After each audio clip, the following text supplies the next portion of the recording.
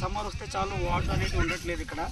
ఎందుకంటే చాలా ఇబ్బందులు పడుతున్నాము ఆడవాళ్ళకి. ఇప్పుడు మాకు త్రాగడానికి నీళ్ళు లేక వాళ్ళు ఒక బిందె తోడుకున్నా, కుండీలో ఒక బిందె తోడుకున్నా కూడా ఇబ్బందులు అయిన పరిస్థితి.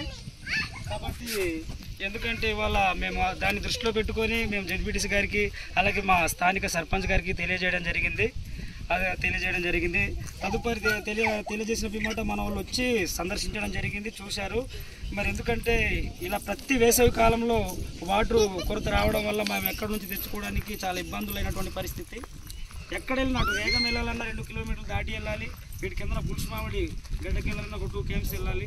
ఇంత దూరం నీళ్ళు తెచ్చుకోవడానికి చాలా ఇబ్బంది అయినటువంటి పరిస్థితి. కనుక ఊట నీళ్ళు ముంచుకుంటే ఆ ఊట నీళ్ళు ఒక 3-4 బిందెలు ముంచుకుంటే మరి ఊట ఊకడం తగ్గిపోతుంది.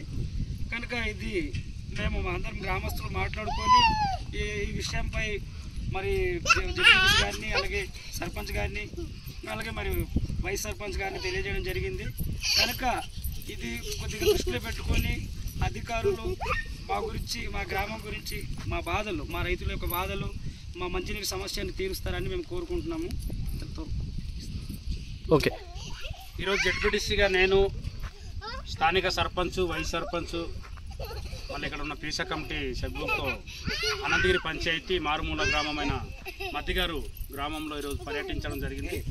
వారం రోజుల పాటు వీళ్ళకి తాగడానికి నీళ్ళు లేవు.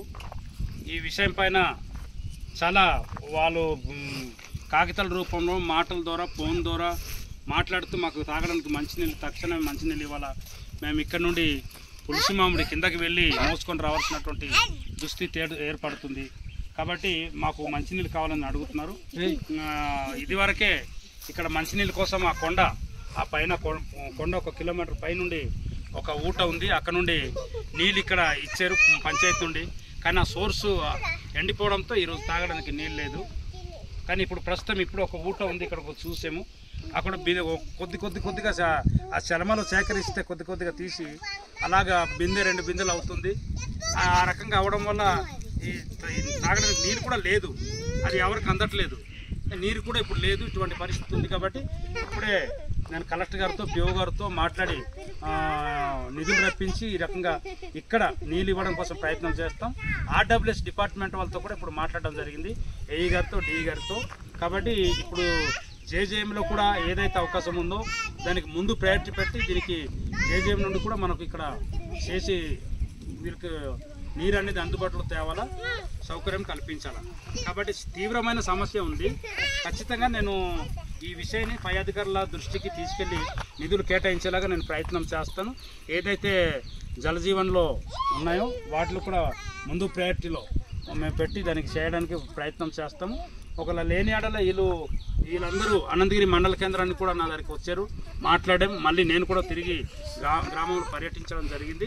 ఖచ్చితంగా ఇప్పుడు డిఓ గారు కలెక్టర్ గారికి ఫోన్ చేయడం జరిగింది. వాళ్ళు ఏదో సమావేశంలో ఉన్నట్టున్నారు.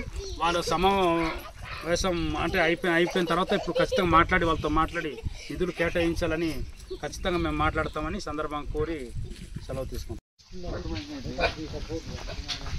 తమ్ముడు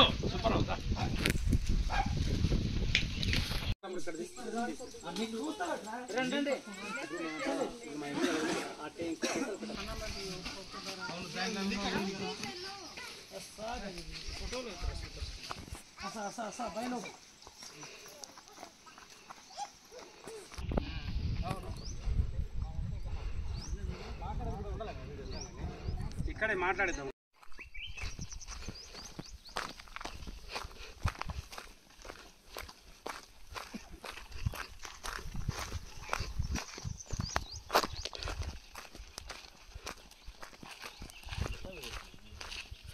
అంత లేట్ గురించి